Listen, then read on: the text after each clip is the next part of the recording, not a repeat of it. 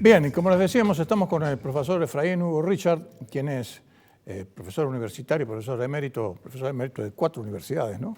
Y además miembro de institutos internacionales en materia de derecho societario y derecho comercial. Y vamos a hablar de este tema que tiene, por supuesto, connotaciones de tipo político, pero vamos a tratar de explicárselos desde el punto estrictamente legal, doctor, para que nos desburre en este aspecto. Yo he leído bastante, pero por supuesto, como tengo tantas dudas, se las voy a transmitir. Por ejemplo, hagamos un repaso rápido de cómo han sido las concesiones del Estado en este momento para servicios esenciales, como es nada más y nada menos que el correo. ¿Cuál es la historia que tenemos? Es buena el planteo, porque eso permite encuadrar el caso, y otros muchos, del Correo Argentino Sociedad Anónima.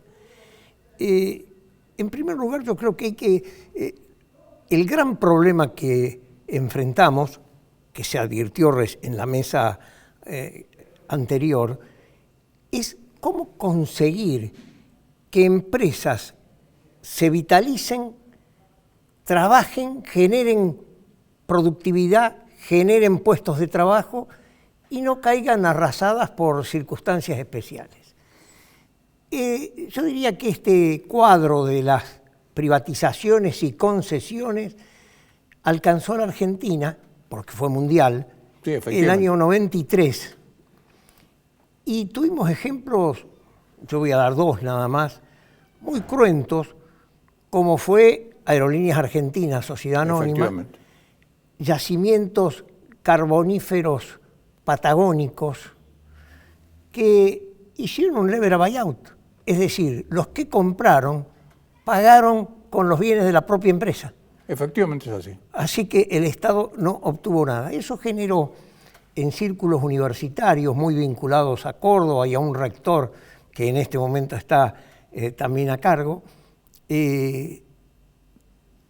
idea de que las universidades, sin meterse en política, auditaran las condiciones de los contratos de concesión. Pasó el SIN, fue ministro de Educación, pasó el SIN, llegó a la mesa del presidente de la República en ese momento y no pasó absolutamente nada. Y ahora, leía La Voz del Interior, creo, el sábado, la traje aquí, la página de Agro, donde resulta que las concesiones de ferrocarriles que se otorgaron allá por el 93, sí, efectivamente, transforman las condiciones de la concesión.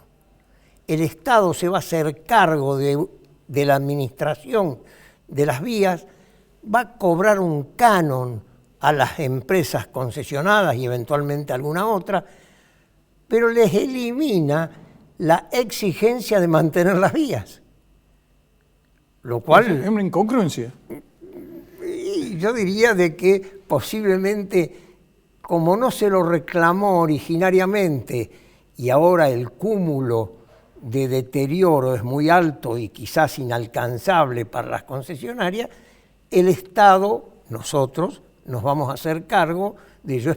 Lo único que espero es que sea eficiente, porque lo que a mí me interesa no es tanto que sea pública o privada la sino que sociedad, funcione. Sino que sea eficiente, funcione bien y no haya nada raro a través de ellas. Este es el cuadro dentro del cual en el año 97 le dan la concesión del correo argentino a las empresas del grupo SOGMA. SOGMA, exacto. Que sí, efectivamente, son del padre, creo del padre de Macri, de todo un grupo familiar, y de algunos más. Y del tío de Mauricio. Exactamente. Pero yo quisiera no meter apellidos acá, porque esto enturbia. Lo que pasa... Usted me hace las preguntas que usted quiera. No, pero doctor, ¿sabe lo que pasa? Es que acá todo el mundo, y políticamente, aunque no es su tema, dice, esto es una embestida contra Macri, por eso tenemos que mencionar. Muy bien, sí, bueno, sí, sigamos lo podemos con el analizar. Le dan la concesión en el 97. Le dan la concesión en el 97, septiembre del 97,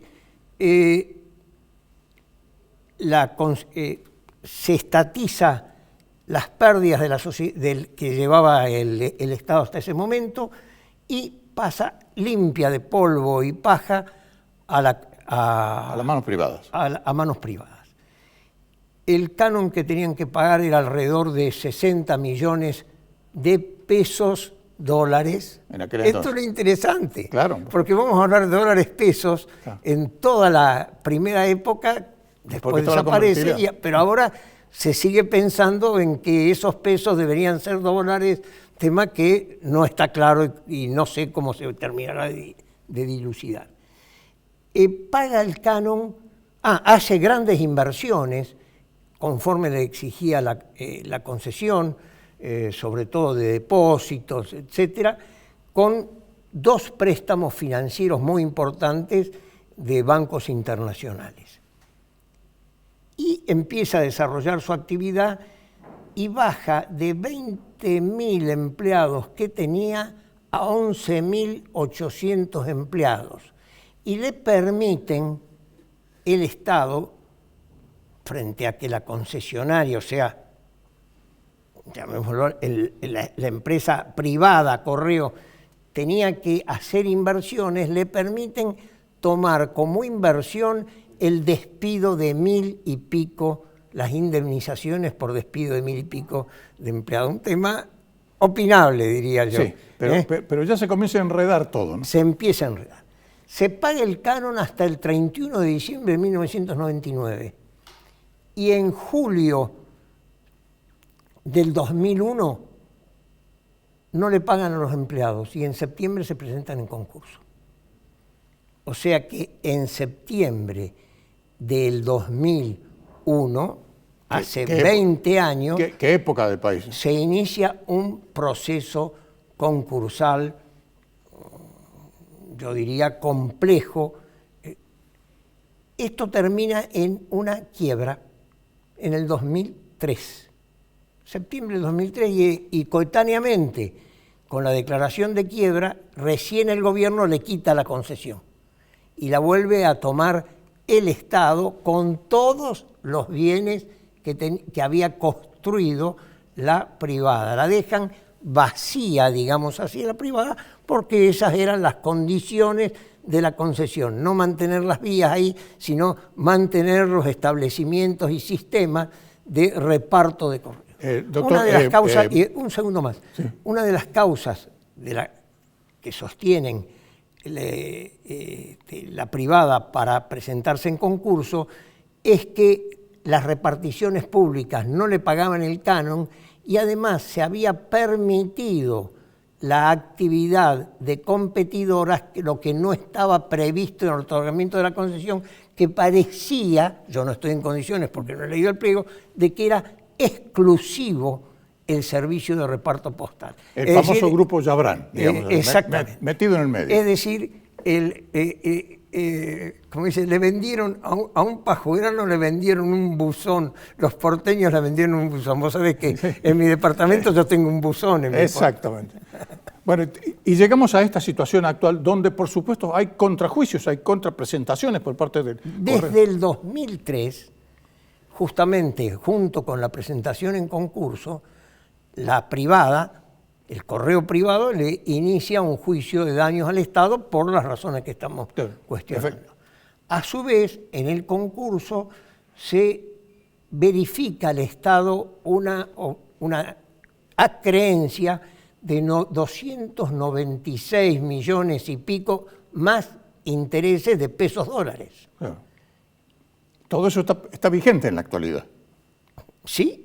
Ahora, sí, se nos acaba el tiempo. No, esto, sí. Con la determinación del gobierno que se ha tomado ahora, ¿qué cambia? Y ahora, perdón, sí. No es el gobierno, una jueza le ha dictado la quiebra. Claro. La quiebra se dictó en el 2003 y lo mejor que hubiera podido ocurrir es que se hubiera tramitado la quiebra en ese momento.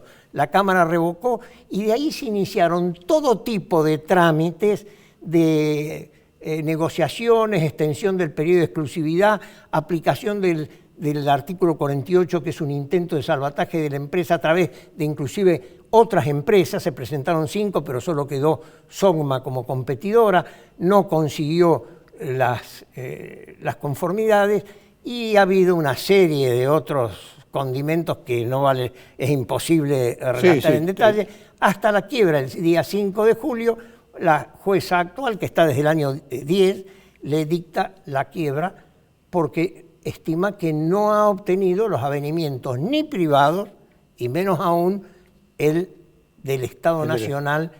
Que era el principal acreedor. Que era el principal acreedor. Es decir, las razones hay muchas y si quieren se las explico. Ahora, ¿qué pasa? ¿Cómo sigue? ¿Cómo sigue? Esto lo tenemos que decir. Yo no tengo la bola de cristal. Lo tenemos que decir muy rápidamente. Yo no tengo la bola de cristal y no lo voy a ver vivo. Gran experiencia en quiebras. No lo voy a ver vivo al resultado. ¿Por qué?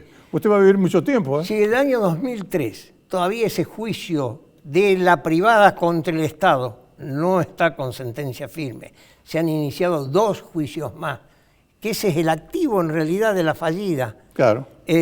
Los juicios contra el Estado, porque no tiene ningún otro bien, no tiene empleados. Claro, los empleados se los quedó el juicio el contra el Estado no. es por $700 millones, ¿eh? Yo ya no he leído las demandas, así que no estoy en condición de decirlo, pero posiblemente anden en eso. Y eso, además se va seguramente a cuestionar la declaración de quiebra. Es probable que se confirme, se irá a la Corte y es probable que se confirme por todos. El fallo de la jueza es muy minucioso. Uno podrá estar o no de acuerdo en algunos aspectos, pero es minucioso, realmente trata todos los problemas. Y después viene entonces, si la quiebra queda firme, inclusive antes de que la quiebra quede firme, que se pueden iniciar acciones. Se han hablado de extensión de la quiebra. Esa es la que públicamente se han hablado en forma inmediata, a mi entender, quizás apresuradamente. Pero sí, es una de las vías. Hay muchísimas vías para la extensión de la quiebra al Grupo Sogma, ¿no es cierto? Al Grupo Sogma. No suele ser buen negocio la extensión de la quiebra, porque el acreedor o los acreedores de esta quiebra son acreedores subordinados en las otras quiebras. ¿Qué significa esto? Primero hay que pagarle a todos los acreedores del Grupo Sogma y si sobra algo, esto vendría a esta quiebra. Ese es el panorama que nos da la legislación actual, pero hay muchas otras vías. Esto está complicado como un nido de una cotorra. Hay muchas otras vías, pero es inimaginable. Y insisto, Toby, muchas gracias por convocarme. No voy a ver yo la solución de ninguna de las dos, ni de la acción contra el Estado, ni de las acciones de la quiebra contra el grupo. Exactamente.